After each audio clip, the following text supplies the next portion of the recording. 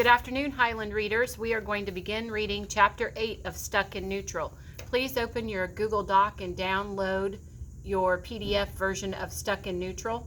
Remember that the author uses his poem to start each chapter. So Chapter 8 in Stuck in Neutral. You're going to be adding to your Google Docs. Make sure you add the facts. Those are the things, the new things that we learn about the character and the setting. And then also add to your questions. What are some things that you want to know, that you have questions about? All readers ask themselves, okay, here are some new things I just learned, and what are the things that I want to know? As you're reading, you have this dialogue going on in your mind. So, Chapter 8 begins on page 49. I say, why is this happening to us? Lindy shifts Sean in her lap, slides her finger across his cheek gently as soft breathing. She doesn't answer. We sit in silence, and we wait. I barely remember when Dad left our family. I wasn't quite 4 years old. There's a really good fact to add. Sean was 4 when Dad left. But I remember the last time that he ever fed me, and that was the same week he left us. Darn, Dad yelled, as I coughed a mouthful of rice and mashed potatoes into his face. He was feeding me my lunch. Mom was doing the dishes. I can't get used to this, Dad hollered as he wiped spit and bits of food off of his face.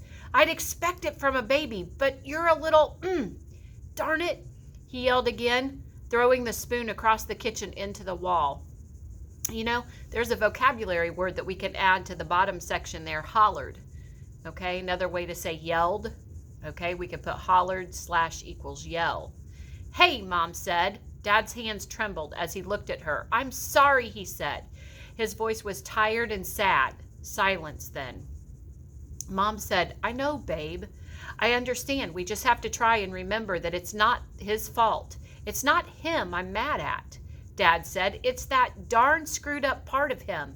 That stuff that he can't help but is all that we ever see. Maybe it's God I'm hating so much. Mom stared at Dad from across the room, and her face full of sadness.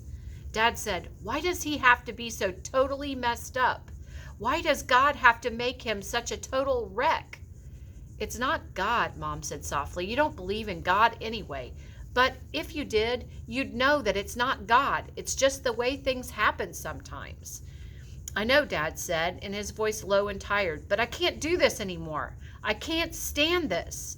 Mom looked at Dad for another moment, and then she turned away. I don't want to hear it, she said, mad, low, and icy.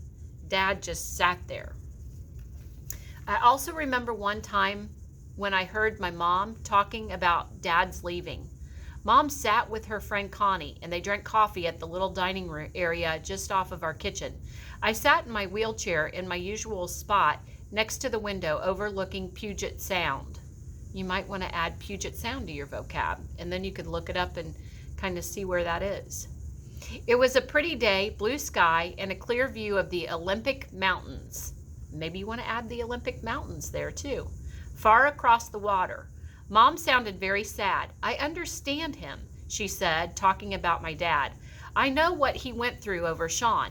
The thing that kills him is not knowing whether Sean is aware or not. The doctors have assured us 1,000 times that it's almost impossible that Sean could have any awareness, but it's that almost that makes it intolerable for Sid. Okay, let's add intolerable to our vocab list. And intolerable comes from that stem, tolerate. So it's not tolerable. It's not, he can't tolerate it. He can't stand it. So page 51, we're going to keep going. You should add intolerable.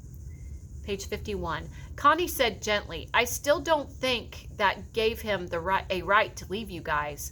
My mom looked down into her coffee cup. No, she said, it sure didn't. He's weak and cowardly. Sometimes I hate him. But I know, too, that he just can't stand seeing Sean suffer with the seizures. Sid can't stand the thought